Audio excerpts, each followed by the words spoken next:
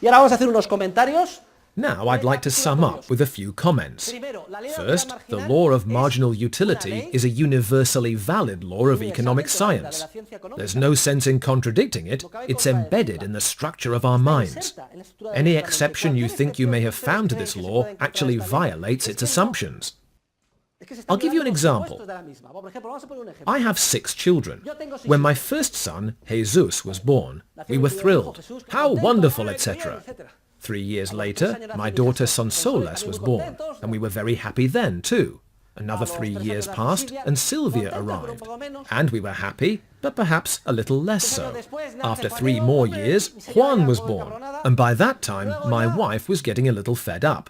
Then came Constanza. And actually she had to come next, because in all my classes I was saying that if I had a daughter, I would name her Constanza, since constancy is so important. You'll see what I mean in our last class of the year. Then along came Santiago. We just gave him a kick in the pants. Not another one. Is that not the way it is? Yes, because the more units there are, the lower the value of the last one. Marginal utility always diminishes. As the number of units relevant to the action in my example rises, and what was the other condition? That they be fully interchangeable with each other. As the number of units rises, marginal utility tends to fall. What's wrong with my example of children? Which of the 2 assumptions is not met? The second one, because children are not fully interchangeable with each other. That's why mums say they're equally happy with all their children. Well, with a few exceptions. Children are not fully interchangeable. But suppose they were fully interchangeable. If I have 5 glasses, 6 glasses, 7 glasses, 8 glasses, any one of them is worth less to me as their number increases.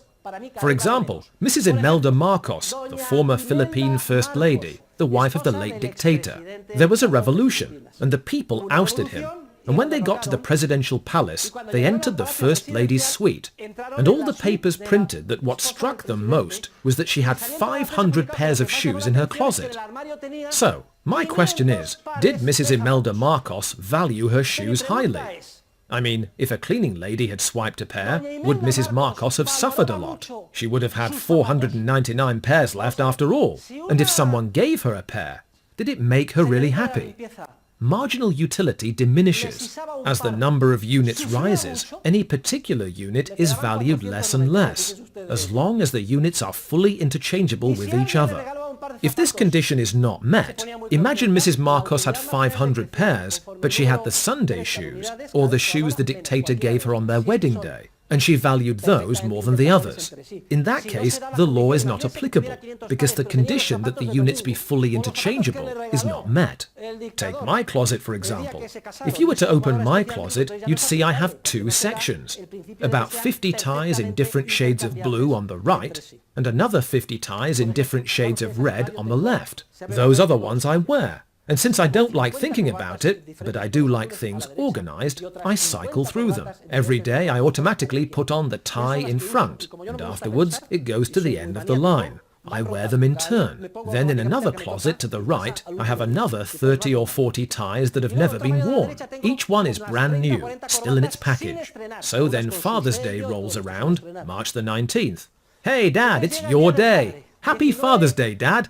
Look, I bought you a present. A tie. You already know what happens next. I put on a big smile. Oh, thank you. That's just what I wanted. It's not true, of course. I don't value another tie at all, because I already have 150 of them. You get the point, right?